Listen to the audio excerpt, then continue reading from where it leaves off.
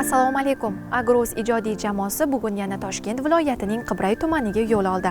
Sababi tumanda ayni damda ish juda qizg'in. Zaminimiz serhosil, yerga tayoq qadasang ko'karadi. Tomorqadan unumli va samarali foydalanib, yil davomida bir necha marotaba daromad olayotgan mirishkor va tadbirkorlarimiz Qibray tumanida ham juda ko'p. Bir necha daqiqalardan so'ng ular bilan birma-bir tanishamiz.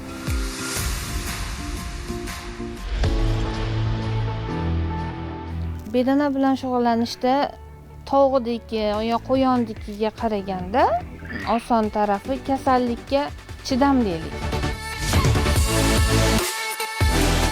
Bir vaqt o'zida ko'p miqdordagi mahsulotni pishirib qo'ysak, keyinchalik uni sotish bilan bo'ladigan qiyinchiliklar kelib chiqishi mumkin. Bedana boshqa parrandalarga nisbatan ko'p miqdorda tuxum, mazali va sifatli go'sht mahsuloti berishi bilan katta ahamiyatga ega. Undan tashqari parrandalar orasida uchraydigan kasalliklarga chidamli bo'lishadi. Bedanachilik kam xarajat qilib katta foyda olish mumkin bo'lgan tarmoq. Shu bois ham bugun bedanachilikka qiziquvchilar soni ortib bormoqda.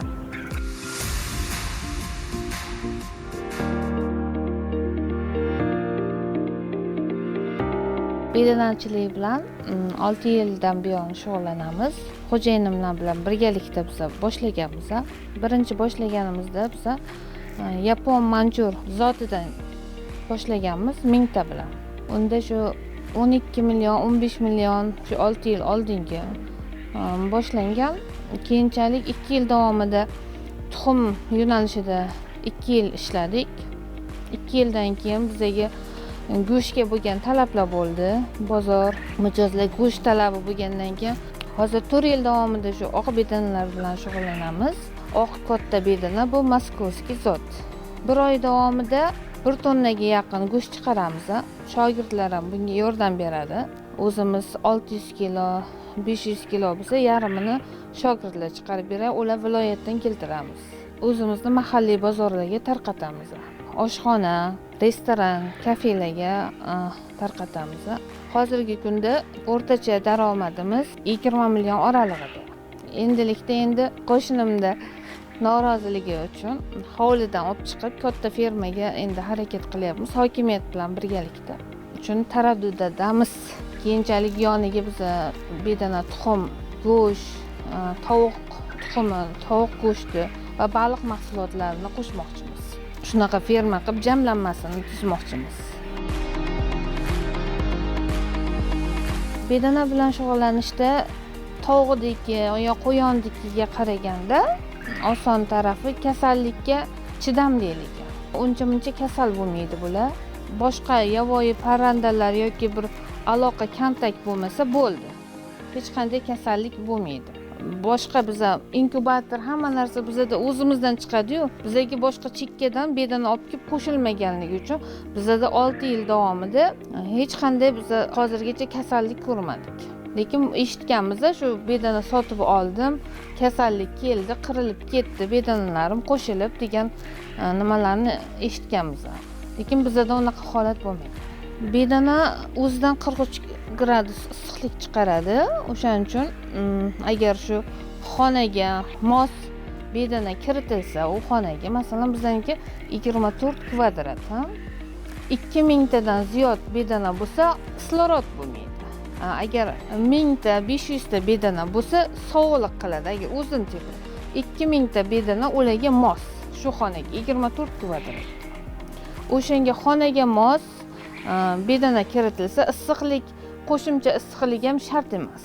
Gradusini 23-25 gradusda saqlash kerak-da. Bedanani, katta bedanani. Kichkina bedanalar inkubatordan chiqqandan keyin shu inkubator harorati 37-8 gradus bo'ladi. Inkubator harorati o'sha 37-8 gradusdan 1 gradus tushirib boriladi kun mobaynida. Keyin sekinlashib shu xona haroratiga yetib kelganda keyin chiroqlar yo issiqlik nima qo'shimchalar o'chiriladi. Bizning bedanalar 17 kun, 16 kunda inkubatordan ochib chiqiladi. Go'shtga bo'ladigan bedanalarimiz bo'lgani uchun biz 35 kundan 45 kungacha klient talabiga qarab, masalan, 180 grammligidan to 350 grammlikgacha bo'lgan masofasi 35 kunlikdan boshlab 45 kunlikgacha u boqiladi. Faqat shu yemlariga, keyin suvlariga, vitaminlari xona harorati joyida bo'lsa-gina o'sha kunda yetiladi bedana. Agar bedanachi biznesiga qo'l urib endi boshlamoqchi bo'lgan yoshlarga maslahatim, avvalambor sidqi dildan bu ishga kirishib, masalan, o'zidan kichkina bir kunlik jo'ja yoki inkubatorlari bo'lsa, o'zidan kichkinaligidan chiqsa, u arzon bo'ladi. 1000 so'mdan bedana chiqadi. Agar u 30 kunlik tayyorini men birinchi boqishga nima qilaman, cho'chiydiganlar borda. Bir kunlik boqolmayman deganlar 30 kunlik olish tavsiya etaman. Ular 30 kunlikda hech qanday bedanadan xabari yo'q odam ham sekin-sekin, asta-sekinlik bilan yapon manjur bedanasi chidamliroq bizanikiga qaraganda go'sht yo'nalishiga bo'lgan oq bedanadan ko'ra, bu belgi gigantidan ko'ra yapon manjur bedana zoti chidamli, kasallikka moslovchuvchanligi bundan ancha yuqorida. O'shaning uchun yapon manjur tuxum yo'nalishiga bo'lgan bedanadan boshlab sekin astalik bilan yoniga buni qo'shishni men tavsiya qilaman. Ular 30 kunlik bo'ladi. 30 kunlikda shu xona harorati, suvi, vitaminlari va ozuqasi me'yorida berilsa, hech qanday muammo bo'lmaydi. Biz inkubator uchun ochiladigan tuxum sotamiz. Iste'mol uchun tuxumlar masalan 500 so'm bo'ladigan bo'lsa, inkubatorga ochilishga mo'ljallangan tuxumlar biz 1,5 ming so'mdan sotamiz. Ay jo'jalarini masalan yapon manjurdagi 2000 bo'lsa, bu oq bedananiki 4000 so'm. Bu inkubatorda sun'iy ko'paytirish bo'lgani uchun u faslda ahamiyati yo'q ko'paytirishlarga. Lekin harorat yozda yuqori bo'lganligi uchun o'sha yozda o'sha ventilyatsiya tizimi, uni sirkulyatsiyasi, namlik o'sha joylarda qiynalishi mumkin. O'shani ham joy-joyida qilib qo'ysa, sharoitini to'g'rilasa, hech qanday faslda ahamiyati yo'q bunga. Go'sht yo'nalishdagi tovuqlarniki masalan boqilish qiyin jarayonda, ular kasalligi. Bedanada go'sht yo'nalishida unaqa qiyinchiliklar yo'q. Xuddi bedana qanday tuxum yo'nalishiga boqiladigan bo'lsa, shu sharoit, shu temperatura, salgina ozgina mehnat, shu mehr bilan sharoitini yaratib berilsa, hech qanday bu yerda qiyinchilik yo'q. Bedana agar joydan joyga ko'chirilsa, 15 kun davomida stress chiqib ketadi ulardan. Yoki masalan bruderdan hozirgi bizga kichkina jo'jalarimiz bruderda u temperatura ushlab turishi uchun. Keyin katta qafasga ko'chirilsa, u kichkinalarda 5 kun, kattalarda 15 kun stress bo'ladi. U davrda tuxum qilayotgan bedanlarimiz agar stressda bo'ladigan bo'lsa, 15 kun o'sha me'yoriy o'zini beradigan tuxumini 100 ta masalan bedana ko'chirildi. O'sha 100 ta tuxum berilmaydi, 80 ta tuxum bermaydi-da. O'sha kam tuxum berib 15 kundan keyin o'z holatiga qaytib boshlaydi. Bedana biznesi bilan rivojlanmoqchi bo'lgan yoshlarga maslahatim, kam xarajat bilan ko'proq daromad olish mumkin. Chunki bu tuxum, go'sht kichkina biznes bo'lib ko'rinadi, lekin kichkina bo'lgan bilan daromadi yaxshi uni. Tuxum yo'nalishi bo'yicha ham masalan 1000 ta bedanadan 6 milliondan 8 milliongacha daromad olish mumkin. Go'sht yo'nalishiga 1000 ta bedanadan men o'rtacha hisoblayapman. 6 milliondan 8 millionga u masalan 10 ming ta bedana uni ko'paytirish mumkin. 6 milliondan 8 milliongacha 1000 ta bedanadan daromad olish mumkin. Ikkalasida ham bir xil. Agar shu yaxshi sharoitda boqilgan bedana bo'lsa. Tovuqnikiga nisbatan bedana tuxumini shifo baxshligi ham, kalsiy, magniy, vitaminlarga boy, lekin jihatdan tovuqnikiga qaraganda 3 barobar baland. O'shaning uchun yoshi katta kilogrammga qarab, masalan, bolalarga 3 yoshdan baland, yoshdan oshgan bolalarga tavsiya qilinadi.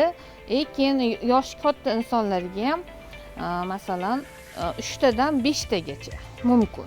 U 2 oy mobaynida yana ichishi mumkin. 2 oydan keyin masalan 1 oy tanaffus qilib, keyin yana davom etsa bo'ladi. Keyin saqlashi u xona haroratida bedana tuxumlari 1 oygacha, xolodilnik muzlatgichlarimizda 2 oygacha saqlanishi mumkin. Uning tog'da tuxumiga nisbatan uni pardasi qalinroq bo'lgani uchun saqlanishi uzoqroq muddat bo'ladi.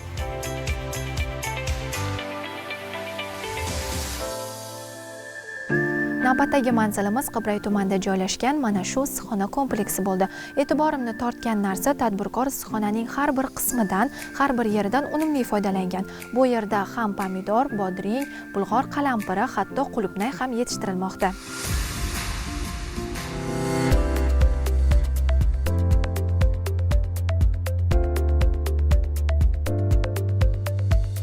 Yildan beri gulchilik bilan shug'ullanamiz, lekin xalqimizning sabzavotlarga, rezavor ekinlarga bo'lgan talabini bilgan holatda hozirgi kunda sabzavotchilik sohasiga ham kirdik. Sabzavotchilik sohasi bilan shug'ullanamiz. 505 gektar o'lchamdagi issiqxona kompleksimiz mavjud.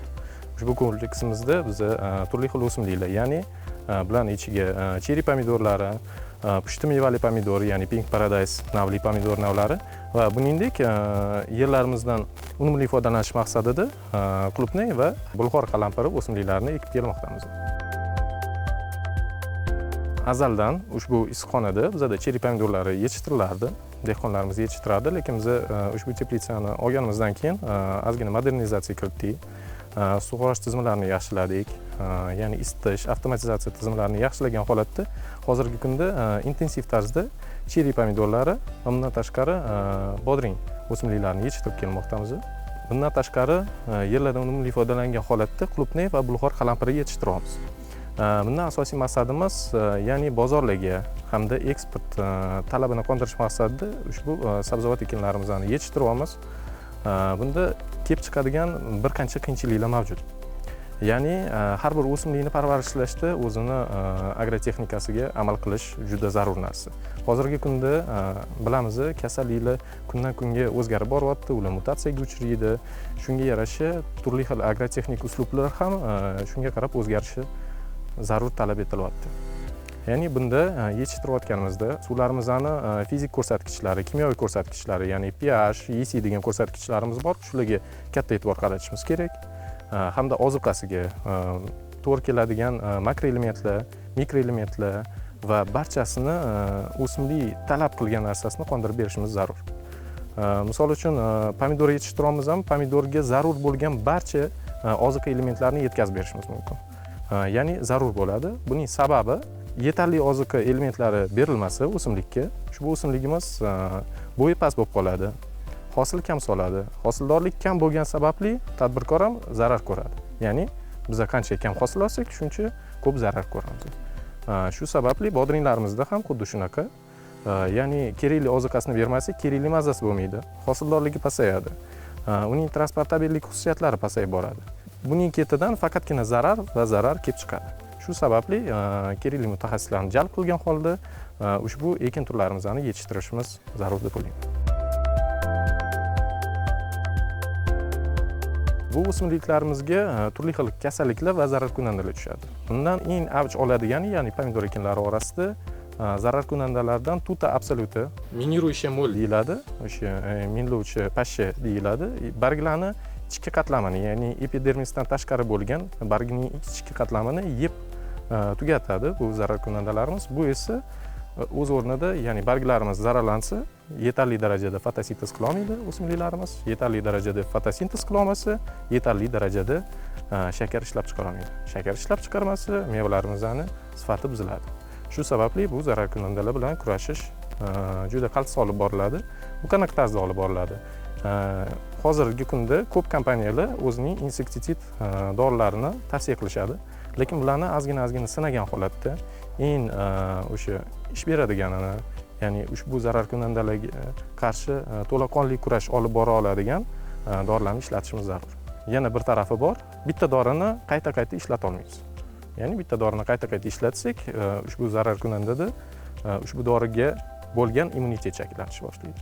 Agarda o'sha immunitet shakllangandan keyin bu dorimiz ta'sir qilmaydi. Shu sababli dorilarni almashtirish holatida qo'llashimiz zarur bo'ladi. Va bundan tashqari turli xil zamburug'li kasalliklar bor. Ya'ni unshuding, zang kasalliklari. Bularga qarshi fungitsidlar yordamida ishlov berish kerak o'simliklarga. Shuningdek, virusli kasalliklar hozir juda ko'plab tarqalyapti. Virusli kasalliklarni davolab bo'lmaydi. Xuddi odamlarga bir virus yuqqandek, xuddi Xudo asrasin, odam saraton yuqtirgandek davolash qiyinchalik bo'lgancha, o'simlikka ham virus kasalligi yuqqanda uni davolash juda qiyin. Shu sababli virus kasalligini tushirmaslik uchun oldindan profilaktika ishlarini olib borish kerak. Ya'ni teplitsa harorati bitta darajada bo'lishi kerak. Shuningdek, shamollatish tizimi yo'lga qo'yilgan bo'lishi kerak. Suv berish darajalari, oziqalari hammasi yaxshi bo'lsagina o'simliklarimiz sog'lom bo'ladi.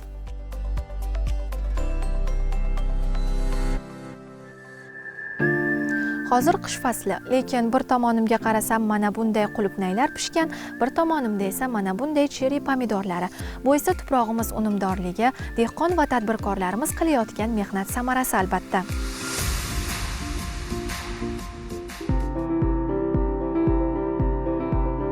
Cheri pomidorlarimizni yetishtirish uchun issiqxonada o'rtacha 18 gradusdan 20 gradusgacha bo'lgan haroratda o'simliklarimiz juda yaxshi rivojlanib boradi. Bundan-da past haroratda ham rivojlanishi mumkin, misol uchun 15-16 gradusda ham rivojlanishi mumkin, lekin issiqlik yetarli bo'lmaganda o'simlikning o'sishi pasayib boradi. O'simlik qancha sekinroq o'ssa, shuncha sekinroq hosilga kiradi. Ya'ni hosil berish muddatlari cho'zilib ketadi. Shu sababli dehqonlarimiz zarar ko'rishi mumkin. Lekin albatta bilamiz, kerakli vaqtda sal-salqaroq ushlashimizga to'g'ri keladi. Misol uchun bozor talabiga qarab, sababi bir vaqtda o'zida ko'p miqdordagi mahsulotni pishirib qo'ysak, keyinchalik uni sotish bilan bo'ladigan qiyinchiliklar kelib chiqishi mumkin. Sug'orish tizimimiz hozir biz gidroponik emas, an'anaviy usulda yerga ekkamiz o'simliklarimizni, lekin bunga qaramasdan tomchilatib sug'orishni yo'lga qo'yganmiz. Yaxshi taraflardan bittasi yerlarimizga bo'ladigan zarar keltirib chiqarmaydi. Ya'ni yerlarimiz agarda arg'latib suv qo'yadigan bo'lsak, yerlarimizning sho'rlari ko'payishi mumkin, ya'ni zax tortishi mumkin.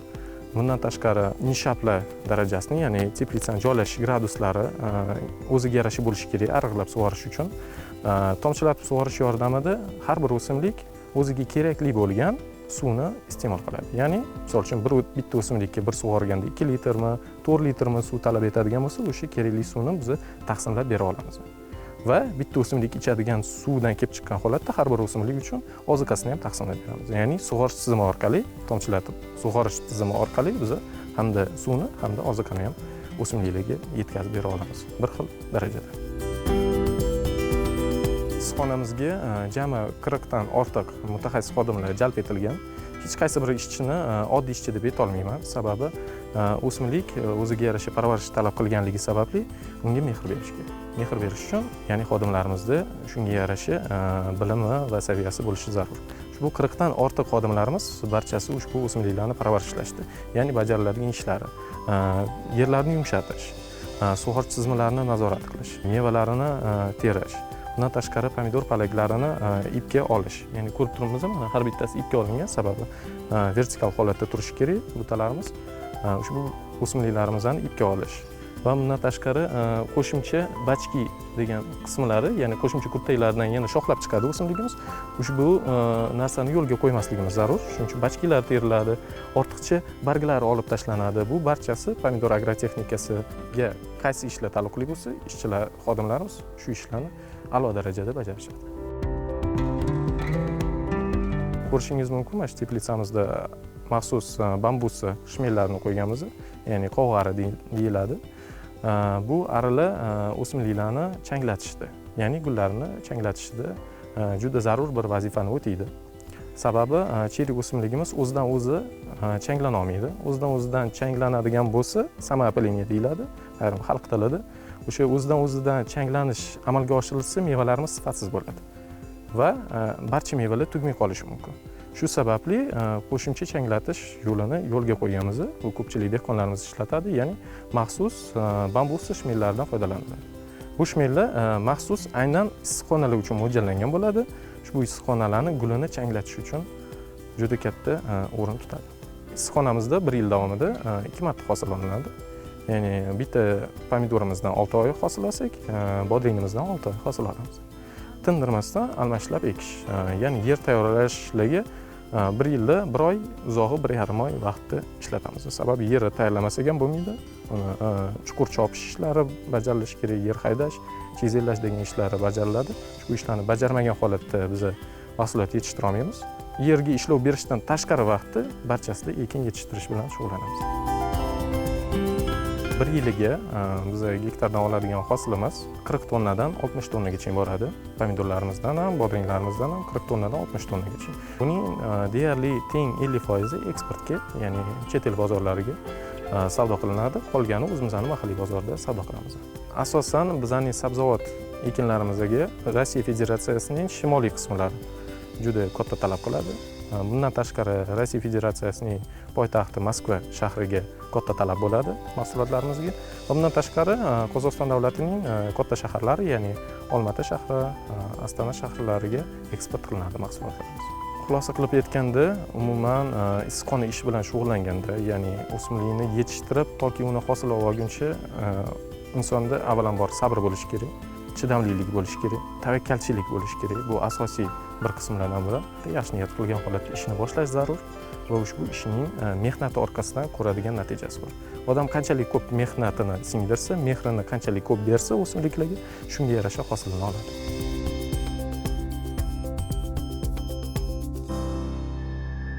Bugungi dastur uchun jamlangan lavhalar mana shulardan iborat edi. Agar sizda mavzuga oid savol yoki takliflar bo'lsa, marhamat, biz sizning e'tiboringizdan faqat xursand bo'lamiz. Kelasi ko'rsatuvda Toshkent viloyatining yana bir tumanida uchrashguncha, xayr, salomat bo'ling.